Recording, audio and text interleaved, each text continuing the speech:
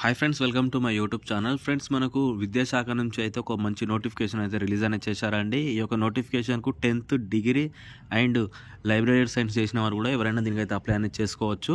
And ఈ video చూస్తున్న వారందరూ ప్లీజ్ ఒక లైక్ చేయండి. కొత్తగా విజిట్ అయినా అయితే సబ్స్క్రైబ్ చేసి పక్కన ఉన్న బెల్ అయితే క్లిక్ అనేది చేసుకోండి. ఈ యొక్క నోటిఫికేషన్కు తెలంగాణ, ఆంధ్ర వారు ఎవరైనా దీనికైతే అప్లై అనేది చేసుకోవచ్చు.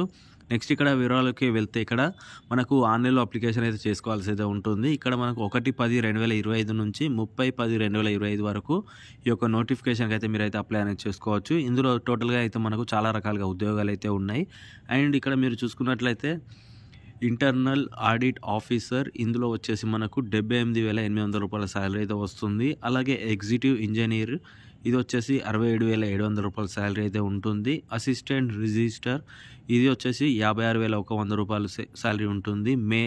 మెడికల్ ఆఫీసర్, ఇది కూడా 56,100 రూపాయల శాలరీ అయితే ఉంటుంది. నెక్స్ట్ ఇక్కడ మనం గ్రూప్ బి అని ఇక్కడ చూసుకున్నట్లయితే ప్రైవేట్ సెక్రటరీ, ఇందులో వచ్చేసి 44,900 రూపాయల శాలరీ ఉంటుంది. పర్సనల్ అసిస్టెంట్ 35,400 రూపాయల శాలరీ అయితే వస్తుందండి దీనికి.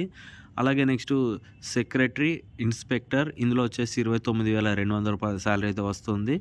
Library assistant and library assistant and upper division clerk, దీనికి వచ్చేసి 25,500 రూపాయల శాలరీ అయితే ఉంటుందండి.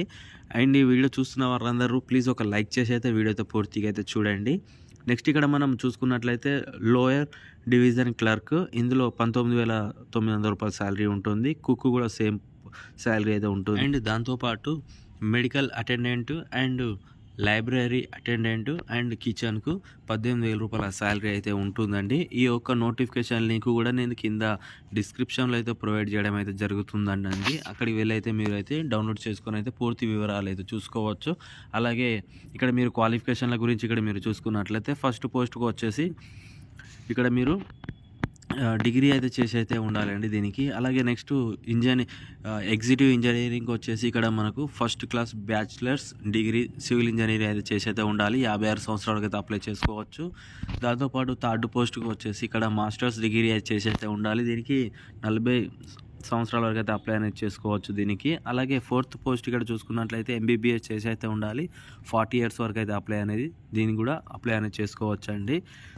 దాంతోపాటు నెక్స్ట్ ఇక్కడ ఫిఫ్త్ పోస్ట్కి వచ్చేసి బ్యాచిలర్స్ డిగ్రీ అయితే చేసి అయితే ఉండాలి దీనికి కూడా. అండ్ అలాగే దాంతోపాటు మీకు టైపింగ్ కూడా రావాల్సి అయితే ఉంటుంది. అలాగే సిక్స్త్ పోస్ట్ ఇక్కడ చూసుకున్నట్లయితే బ్యాచిలర్స్ డిగ్రీ అయితే చేసి అయితే ఉండాలి దీనికి కూడా.